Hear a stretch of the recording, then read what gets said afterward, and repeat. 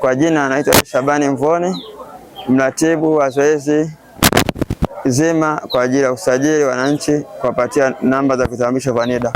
Zoezi hili lilianza tarehe 5 mwezi Januari ambayo itaendelea mpaka tarehe 14 Januari. Imechukua kwa muda siku 10.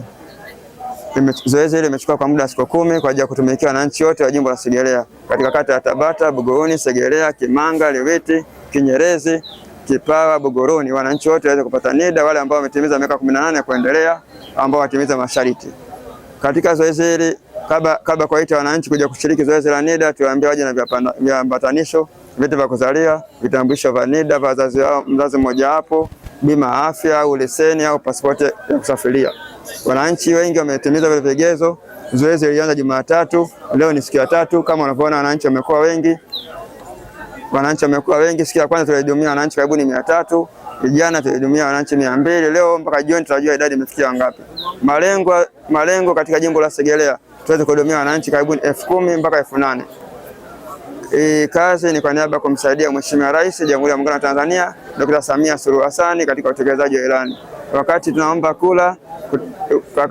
kura tulisema nilitoa ahadi ya kutekeleza, nitatumikia wananchi kwa ajili ya kutoa namba za NIDA, na maafisa NIDA wameshafika, wanaendelea kutoa huduma katika kata yetu ya Tabata. Kwa majina naitwa Abdalla Mohamed Shumari, mwenyekiti wa serikali ya mtaa Mtambani, kata ya Tabata, wilaya Ilala, jimbo hili la Segerea. Sisi tukishirikiana na mjumbe wangu wa serikali ya mtaa tumeliratibu zoezi hili kwa kuomba wenzetu wa NIDA ili kufikisha ujumbe huu au huduma hii NIDA karibu na wananchi, kwa maana tumegundua kwamba mahitaji ya wananchi wa kuhitaji vitambulisho vya NIDA ni wako wengi sana. Sasa tukaomba tulifanya ile kwa mazingira kama ya mtaa wetu Mtambani, lakini nikasema tutakuwa na roho mbaya, tulijumuishe hili jambo kwa mitaa yote ya jimbo zima la Segerea. Hivyo unavyoona wananchi kwa wingi wamejitokeza, kwa maana wenye mahitaji ni wengi.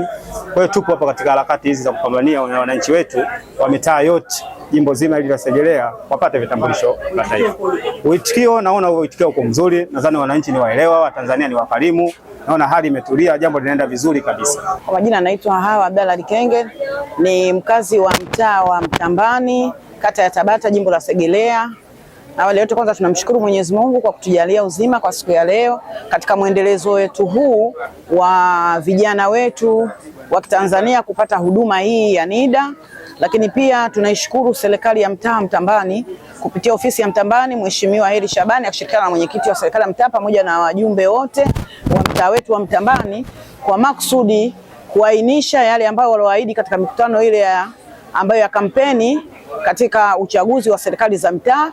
Waliwaahidi wananchi kwamba sisi tutakapoingia madarakani, jambo la kwanza, hatua ya kwanza tutafanya wananchi wetu wapate NIDA, na mengine tutaendeleza katika mtaa wetu, lakini ndani ya jimbo letu la Segerea, hususan katika kata ya Tabata.